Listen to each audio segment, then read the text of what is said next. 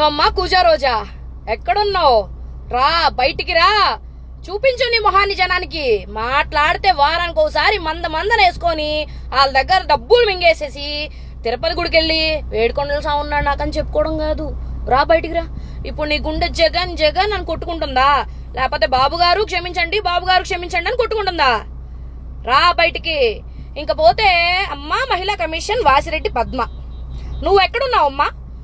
ఒక్క భారతిరెడ్డి గారి కోసమే పనిచేసినట్టున్నావు. ఆవిడ ఒక్కటే మహిళ అనుకుంటా నీకు ఈ ఆంధ్రప్రదేశ్లో. అందుకే మహిళ అన్న ప్రతి ఒక్కళ్ళు చూశారు, నికార్సైన సమాధానం ఇచ్చారు ఒక్కొక్కళ్ళకి కూడా. ఇప్పటికి కూడా మీరు ఇంకా 11 సీట్ల లీడింగ్ లో ఉన్నారు. నాకు తెలిసి సింగిల్ డిజిట్ తో ఆగిపోతారేమో, చూసుకోండి. ఇంతకన్నా పరాభవం మీకు ఇంకొకటి ఉండదు. ఇది ప్రజల తీర్పు, ప్రజల తిరుగుబాటు. మీరు టీడీపీని లేకుండా చేస్తారా?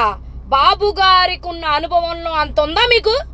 బాబు గారు మీకు రాజకీయ భిక్ష వేస్తే మీరందరు రాజకీయాల్లోకి వచ్చారు. మీరా ఆయన గురించి మాట్లాడేది? రండి ఇప్పుడు చూసుకుందాం బయటికి.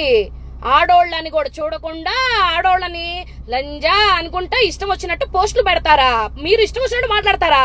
భువనేశ్వరి గారిని అసెంబ్లీ సాక్షిగా మీరు అవమానిస్తారా? చెప్పారు మా బాబు గారు ఆ రోజు, సీఎం అయినాకనే ఆయన అసెంబ్లీలో అడుగు పెడతాను అని. వస్తున్నాడు చూసుకోండి. మీ జగనన్న కూడా చెప్పుకో, సిగ్గుతో అసెంబ్లీలో అడుగు పెట్టొద్దని చెప్పుకో. అమ్మ రోజా, ఇంకొక విత్తనం ఏడో ఉండాలి. చిత్రకారిని ఆ ఆర్టిస్టు ఎక్కడుందో కనపడతలేదు కానీ రజని, చిలకలూరుపేట రజని పాపం గుంటూరుకు వచ్చేసి ఇంకేముంది నేనే గెలుస్తాను అనుకుంటా పాపం రాజకీయాలు చేశారు. ఆ విత్తనం ఏడుంది? ఆ మొక్క ఎక్కడికో పంపించినట్టున్నారు మీరందరూ కలిసి.